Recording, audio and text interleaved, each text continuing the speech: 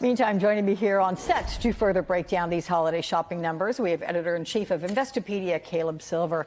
Huge figures. Let's look at some of these, right? We have over $10 billion in sales, Caleb. Significant growth for online shopping.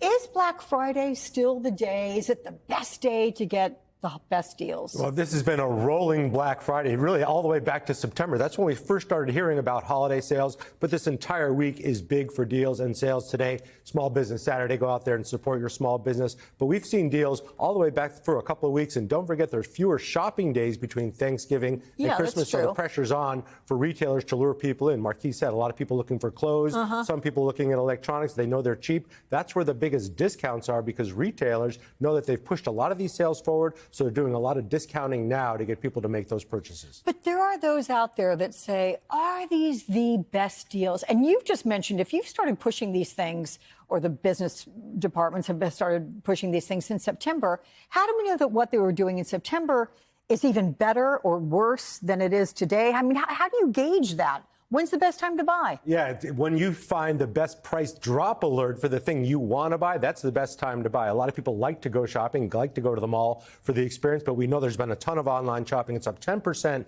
this year from last year. So lots of online shopping going on right now. And people are very price sensitive, so they probably do have price alerts. And if you've looked at your phone lately, every other email you're getting or text is from some retailer reminding you that it's Black Friday, Small Business Saturday, Cyber Monday coming up, Cyber Week next week. There's deals everywhere you look, because retailers, this is the time where they make their hay.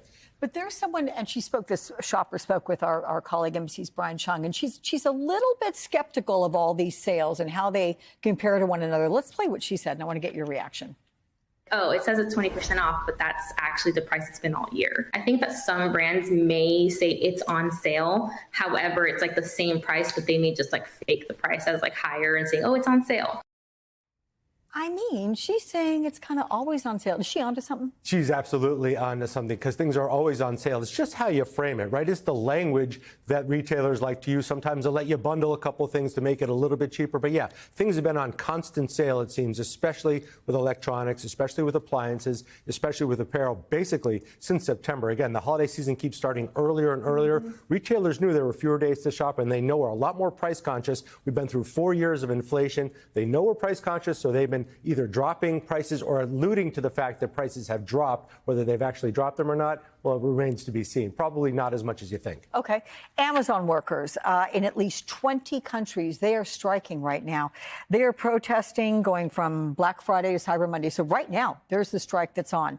How does this impact, you think, the holiday sales? Yeah, this is the Make Amazon Pay strike by a bunch of labor unions, the Uni Global Vision Union and the Progressive International Union. And this is in many countries, but this is the 5th year this has happened. So Amazon is well prepared for these types of strikes. It has about 1.2 million workers out there in the world. It can easily fill in. It's a big threat, and it could be disruptive. But if you go through Amazon's site right now, there's no notice of it. There's no warning that your packages will be delayed. They can handle it. They're a massive retailer with a lot of different solutions to this problem, which they've been facing basically since they came into existence. So consumers shouldn't feel this strike? No, I don't think they'll feel the strike at all. And again, Amazon has been putting things on sale. They had 2 Prime Days all the way back in October. They've been ready for this for a long time. Again, not the first time this strike has come up, not the last time we'll see it either. Okay. Let's talk about tariffs and the way that Trump has threatened. And you have to wonder if his threats are just kind of the way he negotiates, because look what's happened. You've had reaction from the Mexican president, Claudia Sheinbaum.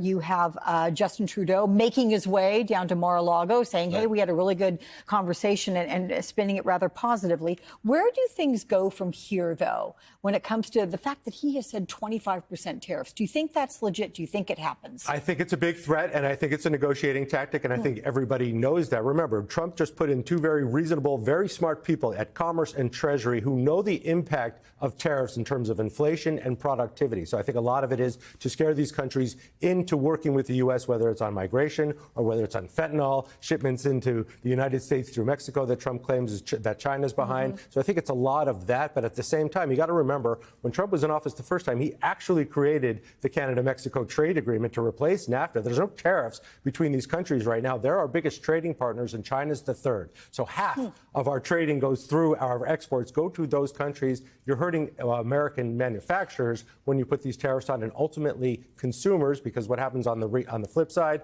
those countries put tariffs on us, and that just costs us more money. Is that a short-term pain? Is it a long-term pain when it comes to tariffs on the consumers? Yeah, there's been some estimates that if he put any of these tariffs on, or at least some of the ones that he's declared, we would see at least a 0.5% or 1% slowdown in GDP over the next year or two. Why? Because productivity goes down when you raise tariffs, right? And when you think about the S&P 500, the 500 biggest companies in America, half of their sales are outside the U.S. So you're hurting share prices, you're hurting sales of companies that operate and are domiciled here, and ultimately you're putting that price tag on consumers, because what do companies do? They pass it right on to us, and they've told us already they're going to do that. Yeah. Okay. Caleb Silver, thank you. That's sobering. We'll see what happens, though, after the inauguration. Thanks so much.